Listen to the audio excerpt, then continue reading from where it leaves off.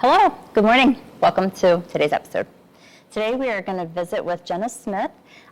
Met with Jenna maybe about a month ago, 2 months maybe, but there's a lot of things that's been moving and shaking since, so brought Jenna back. Tell us about Commonwealth. What's happening?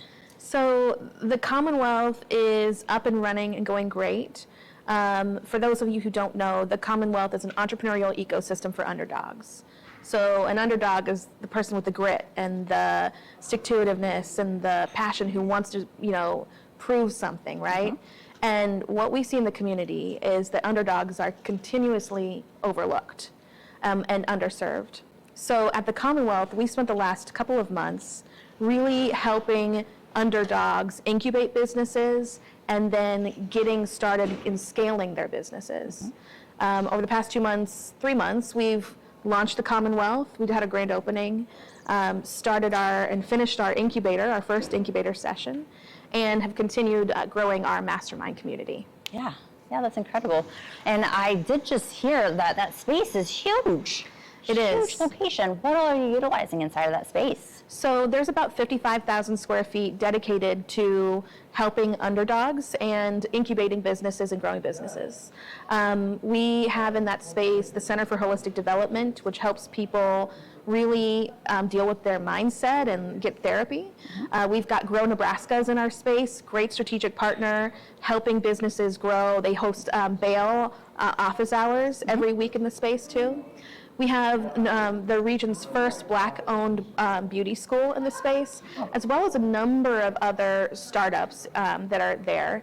And, of course, the Commonwealth nonprofit is also in the space. Awesome. Well, could you please tell us, with the Commonwealth, kind of, if there was like a mission statement or like a reason, like what was the drive to push for this? So the drive for us is that my partner and I, Dr. Martin Williams, we've been coaching, mentoring, and investing in businesses and underdogs for years. Me for 15 years, him for over 30. And what we've seen is it takes some extra things that are really needed for underdogs to succeed. Mm-hmm. Access to resources, having funding, right? Not everybody has a rich aunt or someone to help them with funding. And also just some business acumen and help navigating the mindset game of growing anything bigger than yourself. Mm-hmm. So we and the Commonwealth, we realized that all of these gaps were there and we needed to build something around that. But our bigger and wider mission is this idea that we believe just everybody can win if they're given the support. Now, building something that's, in your head it's a big thing, right? It takes a lot. So we just wanted to create an environment and a culture in which underdogs who have what it takes can really be made into successful business owners and build generational legacy and wealth for themselves and their community. Wow, that's incredible. That is incredible. And so what kind of are the hours of operation? Like what time could somebody pop in? Should they reach out before they pop in? What does that look like? So the building is open every day for business. People are coming in and out through the different organizations. For our nonprofit, we have specific program hours that we're there and open. Mm-hmm. And then for our co-working space, if someone wants to come into the space, they usually schedule that ahead of time, or if they want to leverage a meeting room, that's scheduled out ahead of time. Mm-hmm. So, but the best way to really interact with the Commonwealth is come to one of our Builders Hours nights. Okay. We have it every first Tuesday of the month from 6:30 to 8:30. Okay. And essentially, it's a time when you get to work on entrepreneurial mindset, you get to meet people. Mm-hmm. Starting in January, we're going to do a special networking event during Builders Hours to help people learn how to network and the science behind it. Because I don't know about you, but I'm kind of an introvert sometimes.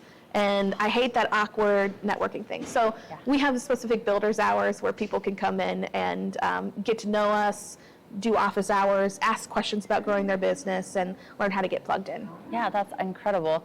I heard you mention bail a bit ago, and I feel like also like in the spaces, right? Like being in spaces with different types of people.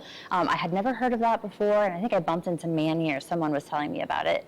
The acronym. Yes. Do you know what the acronym is? Yes, so it's bankers, accountants, insurance, and lawyers. Awesome. So it's super important to have all of those people on your team.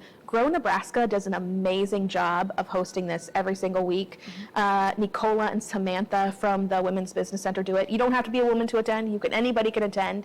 And it's free access for you to talk to a lawyer who would cost you a lot of money to talk to on your own.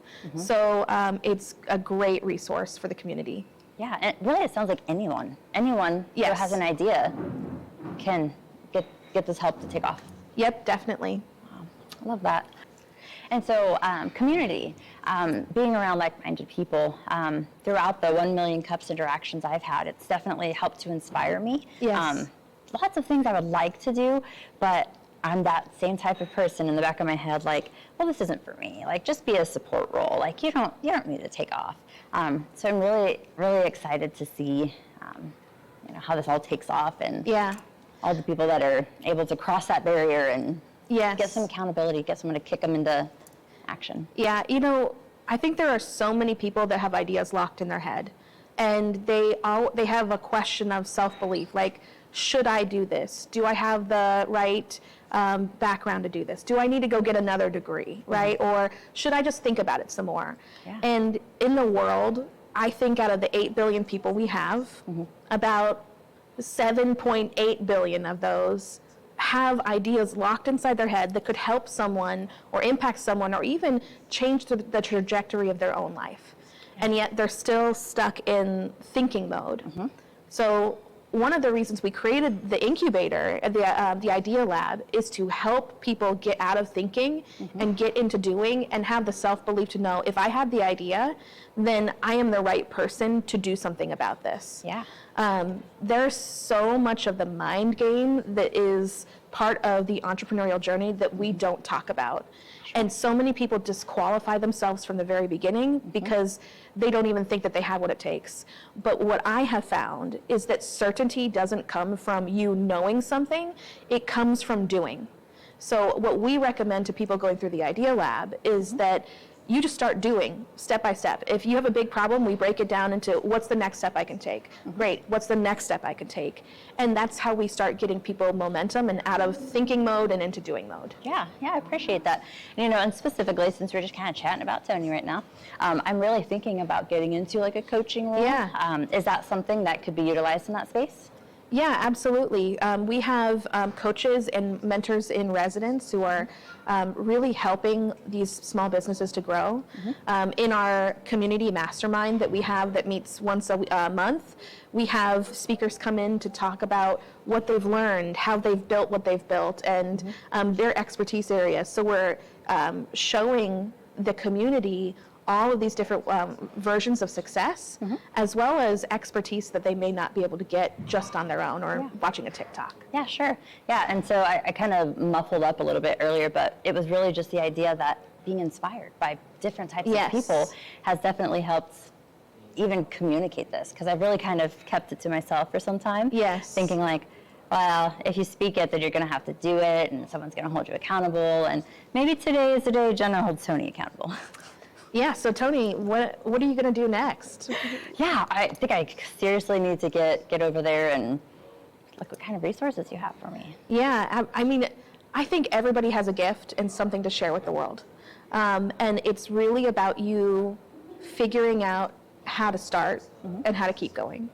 And how not to just have it be in your head, ultimately. You mentioned something about diversity and like the different thoughts in the room. And I think that's so valuable. We're really intentional at the Commonwealth about creating in our mastermind communities and just in our conversations in general with the community, we're creating diversity of background, race, socioeconomic status, everything that we have, because what we've found is that better innovative ideas come out when there is diversity in the room of all types. And so I think that's so huge. And so having people like you with the background that you have, or other people in the room, really only adds to the conversation. So we love that everybody is welcome, and we believe everybody has something to contribute in the Commonwealth. Yeah, I like that. How about, you said that the hours are kind of wide. How are you best serving both your home and personal, your work-life balance? Yeah, so I actually have three jobs. So the Commonwealth, I'm the co-founder of the Commonwealth. I also run my own consulting firm, which we train entrepreneurial skills to middle market to Fortune 500 companies. And I'm a mom and have a few other side ventures and businesses. That's about 7 jobs. Yeah, so it's a lot. But for me, my job right now and my focus is staying in my genius zone. What I am great at is strategy, is activation, is building things, and building what's next, and innovating and kind of disrupting the status quo. Yeah. What I'm not great at is systems, structure, and things that is like day to day. So I love working in our incubator. I love kind of working and building with people and getting in the trenches and doing that. Yeah. But my goal is to be able to hire people who love, in their genius zone is systems and operations. You're speaking the language. And doing that. So we're looking to hire someone to do that work at the Commonwealth as program coordinator. We'll have the job posting out soon. And then in my life, personally, I outsource a lot of things that I need to outsource so that I can focus on doing what I am supposed to do right now. Yeah, no, that's incredible. You just keep popping these ideas in my head. That is exactly why I say I need to stay in the support role, because I'm all about implementation of processes, and it needs to be this way every single time. And my coworkers are probably looking at me like, yeah, we know. But that's kind of what stuck me in my role, because I'm like, that's what I'm good at. I'm not necessarily good at being the boss, making all the decisions. Teams would be better, companies would be better, startups and small businesses would be better if we all just learned how to stay in our genius zone and say, here's where I'm good and here's where I'm not. I think people think it's like some omission of guilt to say, I'm not good at this. But as an entrepreneur, you cannot, if you want to scale a business, you cannot be the person that's doing everything. You can't be the person who's trying to do it all. We wear that like a merit badge, like, ooh, I'm busy, like I have control. That's nothing to be proud of.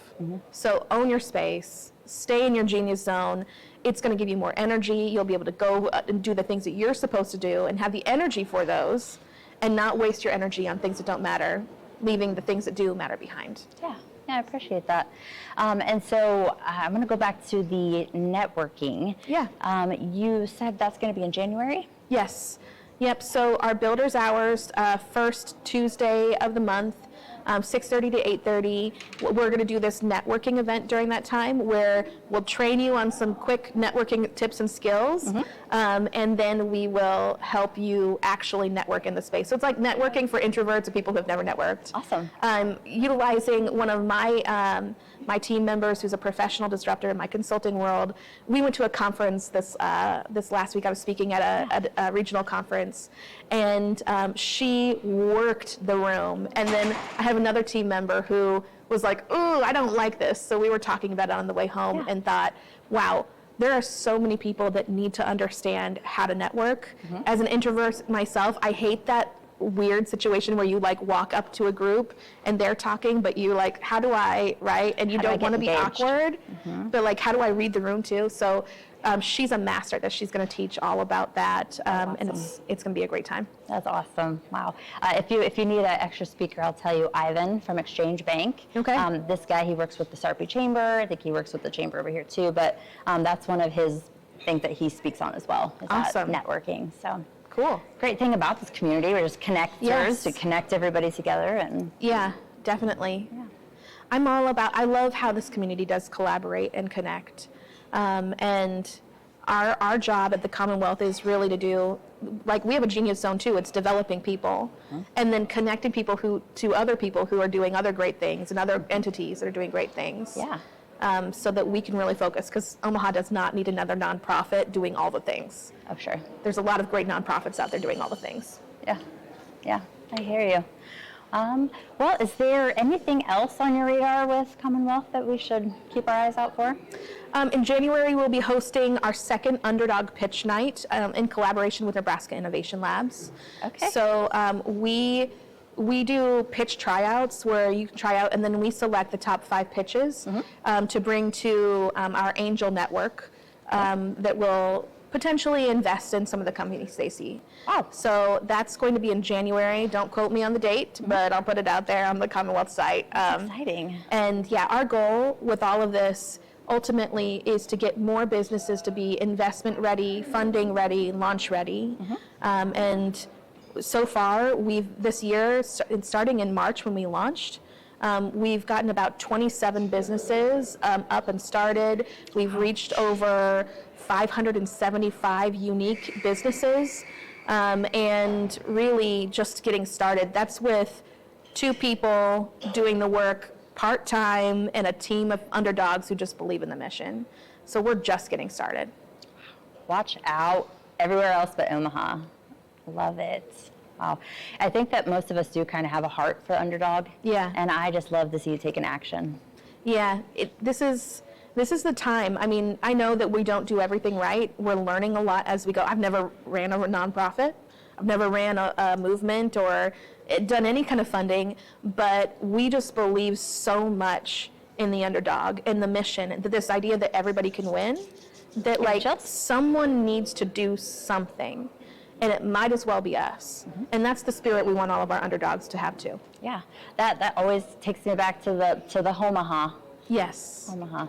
Yeah, this is the place where so many great things come out of. Let's have more. And let's get messy making things happen and doing things rather than just talking about them. Yeah, and that's so incredible. Like, you're like the perfect example of what you're talking about. Yeah. Like, if Jenna can do it, so can I, so can you. You really can. If I can do it, you absolutely can. Incredible, incredible. Is there anyone that you'd like to give a shout out to? Anybody on your radar recently that's just helped uplift you, or? Oh man, just the community in general has been so supportive and welcoming. Our strategic partners, Grow Nebraska, Nebraska Innovation Labs, people who have believed in us. There's been a lot of times when people are like, why you? Why are you doing this? Naysayers? Yeah, and honestly, like that, shout out to the naysayers too, because that just gives me a little bit more fuel to keep going. And I love it. So, but most of all, the community has been so supportive. I'm not saying the community is naysayers, but yeah. We are just so happy to be a part of this community and give back and to grow with the community. Yeah, that's incredible. Well, thank you so much for sharing your time with us. We're really excited that you're going to be presenting today at the 1 Million Cups. Yes. And, just such a good place to get locked in and learn about people. So yeah. Well, thank you so much for joining us. Thank you. And if you have a napkin idea, if you have an idea that's beyond the napkin, reach out. I'm going to be as well. Thanks so much, and goodbye for now.